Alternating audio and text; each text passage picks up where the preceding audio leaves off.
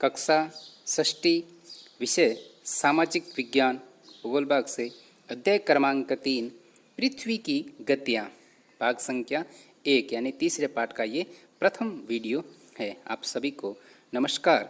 हम सभी लोग आज के इस वीडियो में जो अपने सामाजिक विज्ञान की अलग से पुस्तक है भाग क्रमांक 2 भूगोल, उसका अपना जो आज का तीसरे अध्याय का प्रकरण है पृथ्वी की गतियाँ, यानी कि इस भूतल की, इस पृथ्वी की किस किस प्रकार की गतियाँ हैं और उसमें क्या कुछ विशेषता उसकी है, उस पर इस वीडियो में चर्चा करेंगे। तो पृथ्वी की है वो दो प्रकार की गतियाँ हैं, एक है घूर्णन गति और दूसरी है परिक्रमण गति। ये दो प्रमुख इन पृथ्वी की गतियों में से आता है। गति का अर्थ यहाँ पे चलने से है, घूमने से है, हलचल से है। तो ये दो प्रकार की पृथ्वी की प्रमुख गतियाँ हैं। तो अपन आज जो इस वीडियो में प्रथम गति का जो चरण है जिसमें घूर्णन गति की बात करते हैं। पृथ्वी का अपने अक्ष पर घूमना घूर्णन कहलाता है। अब घूर्णन गति को पृथ्वी की दैनिक गति भी कहा जाता है। पृथ्वी अपने अक्ष पर 24 घंटे में एक चक्कर पूरा करती है, जिससे दिन रात बनते हैं। घूर्णन के समय काल को पृथ्वी दिन भी कहा जाता है, यानी कि इस समय अवधि जो 24 घंटे की समय अवधि है उसको हम एक दिन बोलते हैं, जिसमें दिन और रात 24 घंटे मिला करके एक पृथ्वी का दिन माना जाता है, जो कि इसकी घूर्णन गति से बनता है। अब पृथ्वी की घूर्णन गति का एक सांकेतिक स्लाइड चित्र आपके सामने है। ये जो आपको तीर दिखाई दे रहे हैं, यानी आंकलन की दृष्टि से इसका घुमाव अपने अक्ष पर होता है। जो सूर्य की जो सार्थिक परछाई वगैरह है, जिसको इसको दिन रात में परिवर्तन करती है, वो पृथ्वी के अपने अक्ष पर घूमने से होता है। और जो अपने अक्ष पर है वो इसका घूमने का समय अवधि हमने पूर्व में देखा कि 24 घंटे में पृथ्वी है इसको पूरा करती है, और दिन रात की गति है वो इसी आधार पर बनती है। तो ये एक घूर्णन गति हो गई। अब अपन बात करते हैं 2 नंबर, यानी परिक्रमण गति। सूर्य के चारों ओर एक स्थिर कक्ष में पृथ्वी की गति को परिक्रमण कहते हैं, यानी कि पृथ्वी का एक निश्चित कक्ष में घूमना जो परिक्रमण है। परिक्रमण गति को वार्षिक गति भी कहा जाता है। क्यों? क्योंकि पृथ्वी एक वर्ष में यानी 365 दिन और जो शेष के 6 घंटे है उसमें सूर्य के चारों ओर एक चक्कर पूरा करती है, इसलिए इसको वार्षिक गति के नाम से भी जाना जाता है। और इसकी समय अवधि है वो हमने देख लिया एक वर्ष, जिसमें अपन 365 दिन और 6 घंटे का रूपांतर करते हैं। जो पूर्व में घूर्णन गति से दिन रात का परिवर्तन हुआ, और परिक्रमण गति है उसको भी अपने एक स्लाइड के माध्यम से समझेंगे कि किस प्रकार से सूर्य की परिक्रमा ये पृथ्वी कर रही है। और इस गति के कारण हम सभी देखते हैं विभिन्न प्रकार के जो मौसमी परिवर्तन है, ऋतु परिवर्तन है, वो इसी गति के माध्यम से होते हैं।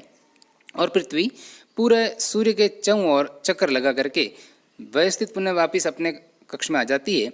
ये समय अवधि 365 दिन की होती है। हम सभी लोग जानते हैं हमारे भारतवर्ष में 6 ऋतुओं का आंकलन है। मुख्य 3 ऋतु है, ग्रीष्म ऋतु, शीत ऋतु और वर्षा। इन सभी का जो बनना या इसका परिवर्तन होना वो इस पृथ्वी की वार्षिक गति पर निर्भर करता है, जो कि समय अवधि उसकी एक वर्ष में वो पूर्ण होती है।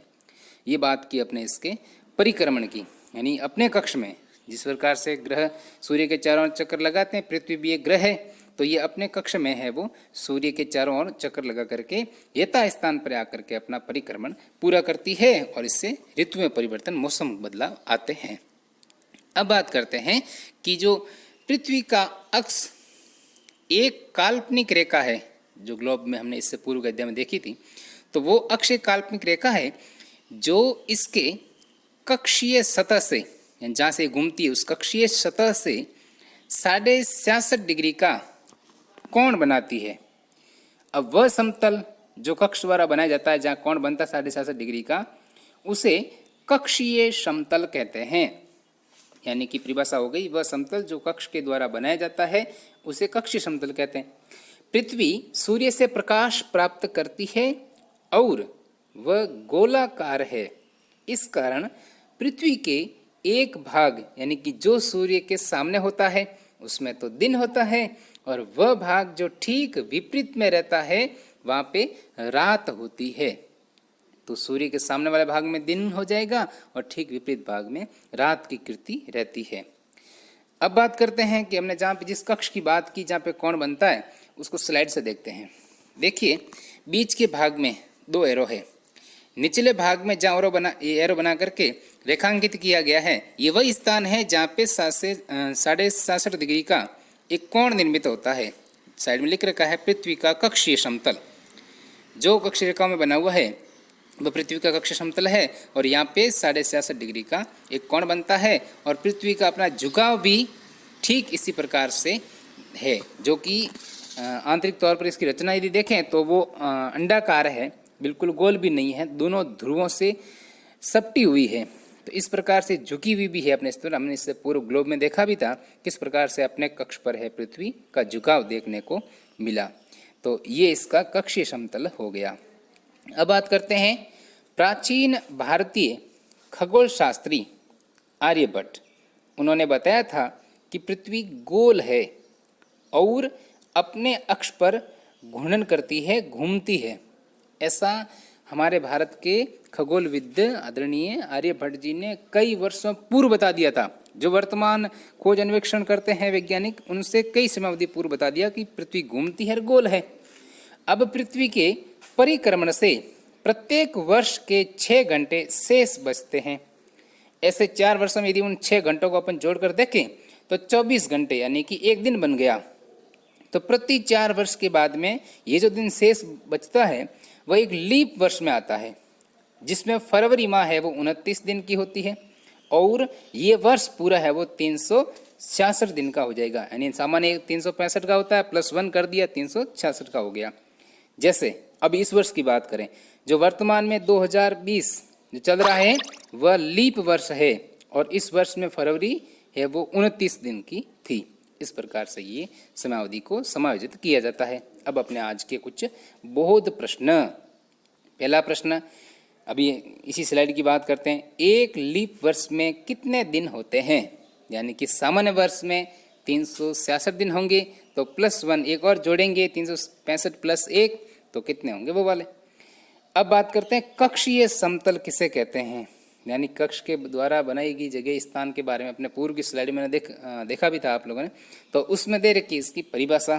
तो प्रश्न 2 ये हो गया। प्रश्न क्रमांक 3, पृथ्वी कक्षीय सतह पर कितने डिग्री का कोण बनाती है? जो झुकाव हमने तीर से देख करके स्लाइड में देखा था वही झुकाव जिस पे मैंने आंकलन कर रखा था कि इतने डिग्री का कोण बनाती है। तो अच्छे से इन तीनों प्रश्नों को, यानी लीप वर्ष में कितने दिन होते हैं, कक्षीय समतल किसे कहते हैं, और पृथ्वी कक्ष पर कितना कोण बनाती है। अब अपने आज के गृह कार्य। प्रश्न क्रमांक अपना प्रथम, घूर्णन गति किसे कहते हैं? अलग अलग स्लाइडों में 2-2 की परिभाषाएं थी। पहले घूर्णन गति की स्लाइड में परिभाषा पूर्ण रूप से आ चुकी है, जो कि पृथ्वी की दैनिक गति है। दूसरा प्रश्न, परिक्रमण गति किसे कहते हैं? ये वार्षिक गति में आता है, ये भी अलग से पृथक स्लाइड में इसकी परिभाषा आ रखी, अच्छे से इसका उत्तर लिखिएगा। प्रश्न क्रमांक अपना 3, पृथ्वी के अक्ष का झुकाव तथा कक्षीय समतल का नामांकित चित्र बनाइए। ये चित्र स्लाइड क्रमांक 3 में आ रखा है, जहाँ पे मैंने बताया था ना, ये यहाँ पे इसका कक्ष है वो 67.5 डिग्री कोण बनाता है, साइड में झुकाव भी दे रखा होता है। वो वाला स्लाइड देख करके अपन इसका चित्र बनाएंगे।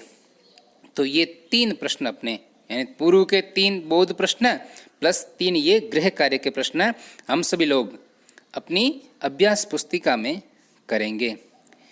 ये अपने भूगोल भाग के पूर्व में 2 वीडियो के बाद में तीसरा जो अध्याय है, उस तीसरे अध्याय का प्रथम वीडियो है, जो कि पृथ्वी की गतियों के बारे में और सामान्य पृथ्वी की जो संचलन है उसके बारे में अपने इसमें परिचय किया। अंततः आप सभी का बहुत बहुत धन्यवाद।